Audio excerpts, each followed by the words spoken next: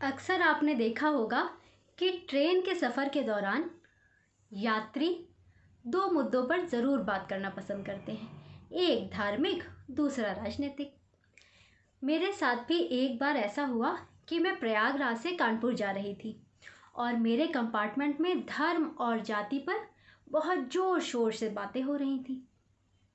मैं सभी बातें ध्यान से सुन रही थी, लेकिन बोल कुछ नहीं रही थी। तभी एक सज्जन पुरुष मुझसे पूछने लगे, आप किस धर्म से हैं? मैंने कहा, मुझे इन बातों में मत कीजिए। लेकिन फिर उन्होंने पूछा, नहीं नहीं बताइए, आप किस धर्म से हैं, आप किस धर्म को मानती हैं? मैंने कहा, जब मंदिर में भगवान की प्रतिमा के आगे हाथ जोड़कर मैं सिर झुकाती हूँ, तब मैं हिंदू हूँ। अजान की आवाज़ सुनकर बोलते हुए जब मैं चुप हो जाती हूँ, वह दरगाह के सामने सिर झुकाती हूँ, तब मैं मुस्लिम हूँ। बैसाखी के त्यौहार को धूमधाम से मनाते हुए जब मैं लंगर में सेवा देती हूँ, तब मैं सिख हूँ। और जिंगल बेल गाते हुए जब मैं क्रिसमस पर कैंडल जलाती हूँ, तब मैं ईसाई हूँ। अब आप निर्धारित कर लीजिए कि मेरा धर्म क्या है। ये सुनकर वो सज्जन तो चुप हो गए, लेकिन तभी दूसरे बोल पड़े, अरे इनकी सिंदूर बिंदी देखकर आपको पता नहीं चल रहा है कि ये हिंदू हैं? ये बताइए, आप हिंदू में किस वर्ण से हैं? मुस्कुराने की बारी फिर मेरी थी। मैंने कहा, मैं तो एक दिन में कई बार अपने वर्ण बदलती रहती हूँ। वो चकरा से गए, बोले, ये कैसे संभव है?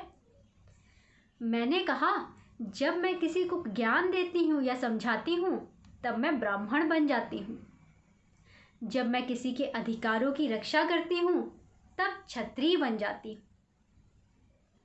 जब मैं देश की अर्थव्यवस्था को मजबूत करने के लिए समय पर अपना टैक्स भरती हूँ, दान देती हूँ, क्रय विक्रय करती हूँ, तब मैं वैश्य बन जाती हूँ।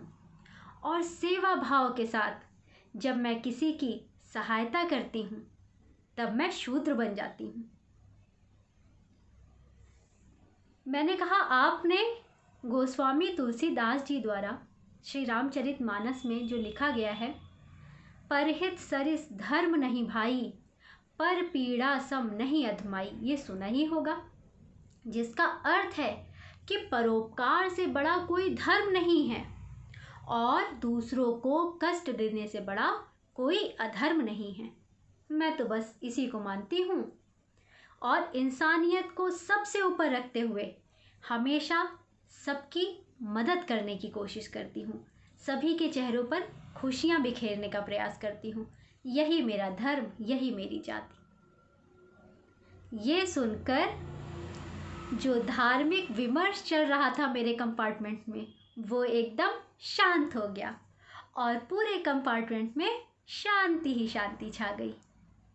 तो अब आप लोग बताइए, आप किस धर्म को मानते हैं?